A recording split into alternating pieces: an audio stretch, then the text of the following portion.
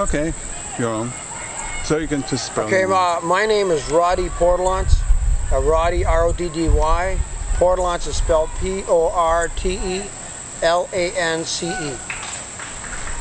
I'm from Canada, live in Northern Ontario, Sudbury, Ontario, in Canada. Lived in the States 15 years. Spent 7 years here at UTS, and I'm here. So Roddy, if you could describe an ideal community of the unification movement, what would it look like?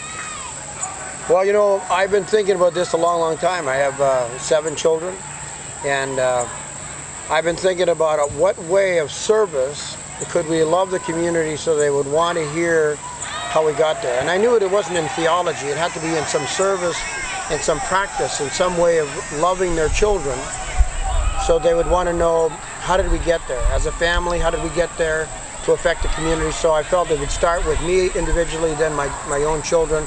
Then we'd create a love environment of service and education and sports and performing arts and all the different ways and disciplines that parents are raising their children anyway. We create a love environment of that sort, and the parents would want to know what theology, what understanding do we have to create that, and then divine principle would be educated to them.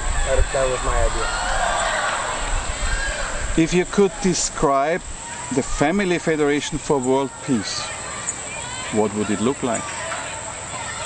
Well, I mean, it's families working for actually that heart. The whole peace idea is that how do you establish peace if we don't generate enough love? So if people feel more love, then the Family Federation for World Peace just is an automatically fit. From the leadership down, how do you educate people to know that you're a service? So I'll give you an example. I am a National Messiah of Grenada in the Caribbean. We've been going there for 16 years, and I found that it doesn't matter the government. If we go in with a service, so we go in and teach the kids of Grenada, and we did 50 high schools on HIV/AIDS and abstinence, and we do it through service, 1 hour of service. That service alone, what it did, it put us on every newspaper, it put us on all of the radio stations, on the TV station. Our program is being run every once a month in the island of Grenada. And the Prime Minister invited us into his office because of service. That's how it works. If you love the community, it doesn't matter who's in power. They just want the service, they want the guidance, they want the love. Teach us. So we've been successful with that.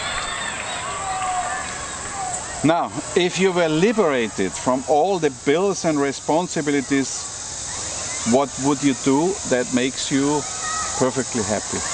How would you live? I mean, just raising the kids is where I find the extreme joy. I have 4 companies. I don't work. I have jobs that I have to do because I want to do them, but I love raising the kids to a higher awareness. The awareness or their potential is unlimited. There's no limit to their creativity. So that's where I experience the most joy.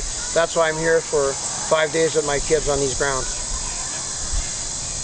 Can you see your future with 3 generations? And what would it look like?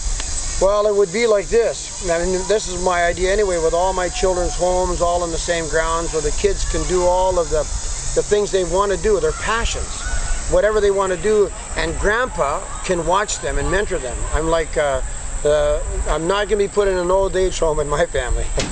There's too much wisdom there. They're not going to put that away. So the ideas of mentoring and coaching and just loving these children into spiritual shape is where I experience the most joy. So I want to be a part of the process. I want to be a part of them growing up. So we all want to do it together. And my kids are all on board with that. As skilled as they are, they all want to do it together. That's we've been working on that already. Perfect.